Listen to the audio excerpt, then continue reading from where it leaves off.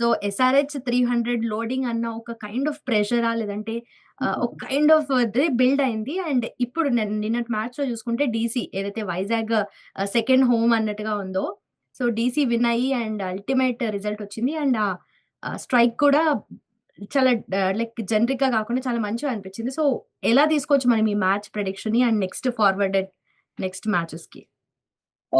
Yesterday I watched each and every ball. స్టేడియంలో కూర్చొని I enjoyed the conditions also actually. Press box లో relax అవుతూ మంచి match చూశాను. హ్మ్. కానీ మంచి మ్యాచ్ లాగా కొనసాగలేదు మీరు అన్నట్టుగా. ఒక టైట్ మ్యాచ్ కాలేదు. ఒక వన్ సైడెడ్ అయిపోయింది ఢిల్లీకి. యాహ్! అబ్సల్యూట్లీ ఫస్ట్ మ్యాచ్ లోనైతే ఢిల్లీ 65 నుండి కోలుకొని వాళ్ళు గెలిచారు. బట్ నిన్న అటువంటి ప్రాబ్లం లేదు. They chased comfortably. యాక్చువల్లీ నిజంగా చెప్పాలంటే లుంబిని అది 160 ప్లస్ వికెట్ కాదు. అది 200 ప్లస్ వికెట్. చాలా మంచి ఓకే. వికెట్ తయారు చేశారు. And but unfortunately top order లో మీకు అభిషేక్ రన్అట్ అయిన తర్వాత there was a bit of pressure and Nitish Kumar Reddy the local bye అంటారా, లోకల్ హీరో అంటారా, ఈ డిసప్పాయింటెడ్ 0 తోటి. అండ్ ఈశాన్ కిషన్ కూడా ఫస్ట్ మ్యాచ్ లో ఆడాడు, నెక్స్ట్ 2 మ్యాచెస్ లో ఫెయిల్ కావడం చూసాం. సో అతని నుంచి కూడా కన్సిస్టెన్సీ కావాలి.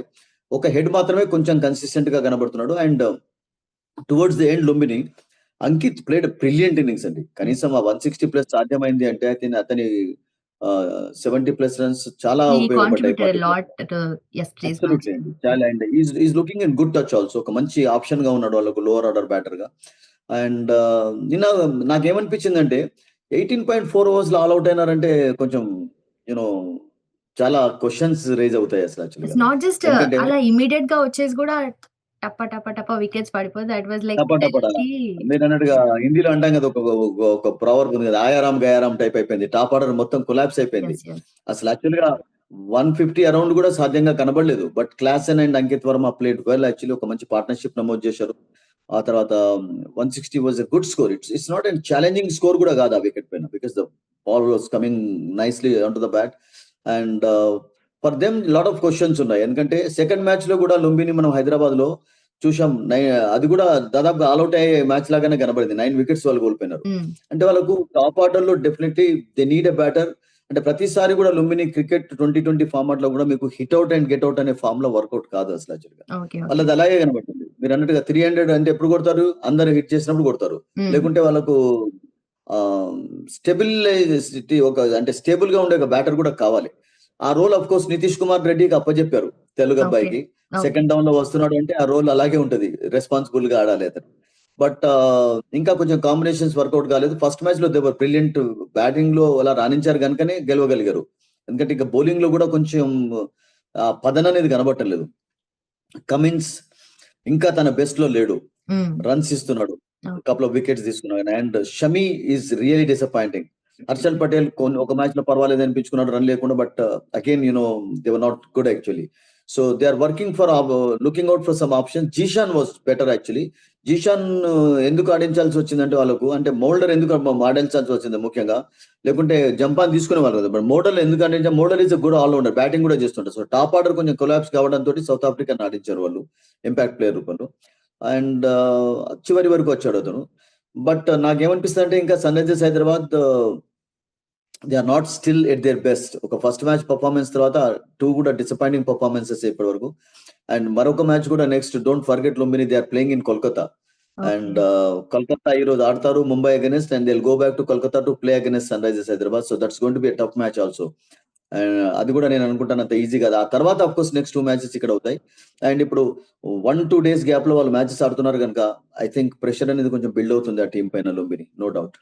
Okay. And talking about Nitish Reddy the local boy. So, చాలా డిసప్పాయింటెడ్‌గా తను అయ్యాడు అండ్ డెఫినైట్‌లీ ఆడియన్స్‌ని కూడా అలానే చేశాడు. అండ్ వాట్ వెంట్ అంటే మేబీ ఆ ప్రెషరైజ్డ్ సిట్యుయేషన్‌లోనే అది అయిందంటారా? లేదంటే what happened? What exactly I happened? Think నిన్న చూసిన షాట్ కొంచెం ఎర్లీగా ఆడినట్టు అనిపించింది. Because okay. పవర్ ప్లే లో అసలు యాక్చువల్ గా అతను ఆల్రెడీ కపుల్ ఆఫ్ వికెట్స్ పడిపోవడంతో ఈశాన్ అండ్ అభిషేక్ అవుట్ అయిన తర్వాత ప్రెషర్ నుంచి కొంచెం బయటికి రావడానికి ఒక లాఫ్టెడ్ షాట్స్ 30 యార్డ్ సర్కిల్ బయటని ఆడదాం అనుకున్నాడు. అది వర్కౌట్ కాలేదు అసలు. Sometimes it happens actually. Okay. Otherwise is a good player, good allrounder.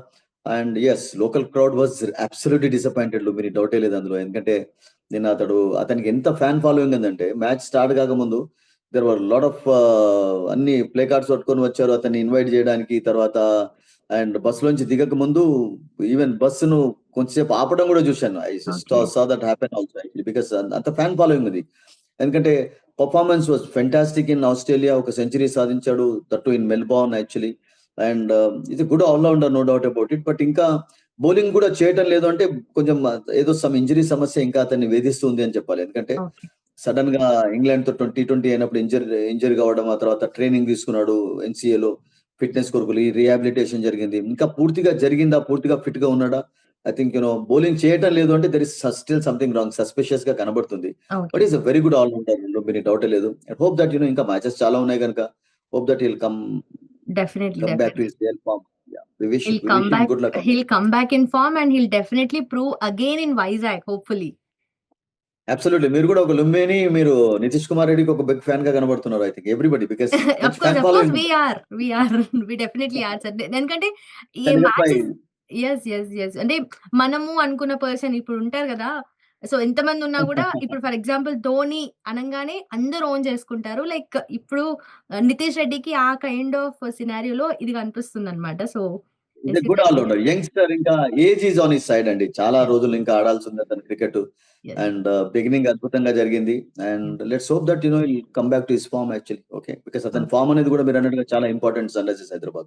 Okay. Hit TV app, ఇందులో short news, live news, entertainment shows, movies, digital magazines తో పాటు మీ జిల్లా వార్తలను కూడా ఫ్రీగా చూడొచ్చు.